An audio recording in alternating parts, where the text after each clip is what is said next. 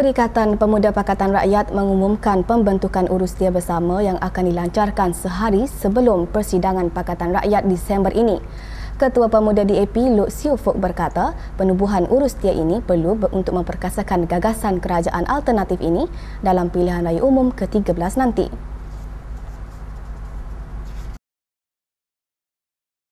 Perikatan Pemuda Pakatan Rakyat muafakat mengumumkan pembentukan Urustia Bersama secara besar-besaran di kalangan pemuda Pakatan Rakyat yang dijangkakan akan dilancarkan sehari sebelum konvensyen Pakatan Rakyat pada bulan Disember ini. Ketua Pemuda DAP Look Siu Fook berkata, penubuhan Urustia ini perlu untuk memperkasakan gagasan kerajaan alternatif ini dalam pilihan raya umum ke-13 nanti. Pemuda Pakatan Rakyat akan bersetuju membentuk satu sekretariat bersama secara tetap, dan kita akan melancarkan satu kempen daftar pengundi secara besar-besaran di seluruh negara. Selain itu, matlamat Urustia ini adalah membuat pelbagai program bagi menarik pengundi baru pilihan raya umum ke-13 dan memperkukuhkan parti dari peringkat akar umbi.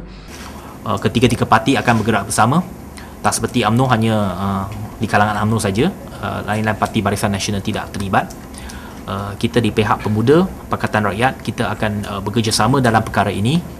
Kata Look, pemuda Pakatan Rakyat juga akan melancarkan pelbagai kempen di peringkat pusat dan negeri dengan membuat persiapan rapi dalam masa 2 bulan ini.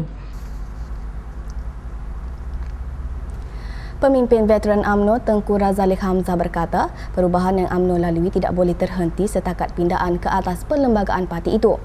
Ahli Parlimen Gomusang itu menambah ia harus disusuli dengan perubahan perilaku pemimpin-pemimpin UMNO. Beliau menjelaskan perubahan hakiki bermula dengan reformasi sikap dan perwatakan.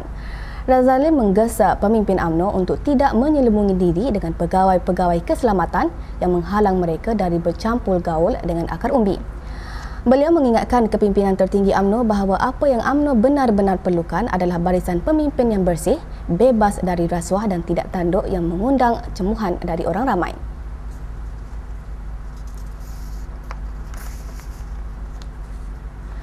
Presiden MCA On Tee Kiat berkata, beliau menjadi mangsa kepada pengkhianatan rakan-rakan seangkatan di saat parti itu melalui krisis terbesar dalam sejarah penubuhannya. Ong yang juga Menteri Pengangkutan berkata, beliau amat hampa semangat setiakawan yang terbina antara individu dan individu tertentu dalam MCA digugat oleh kepentingan politik masing-masing. Ong yang enggan melepaskan jawatan meskipun tewas dalam undi tidak percaya dalam persidangan tergempar MCA minggu lalu berkata, beliau terpaksa menghadapi kempen musuh-musuh politiknya dari pelbagai sudut. Ong bagaimanapun enggan menjawab apabila diminta mengesahkan identiti pengkhianat terbabit.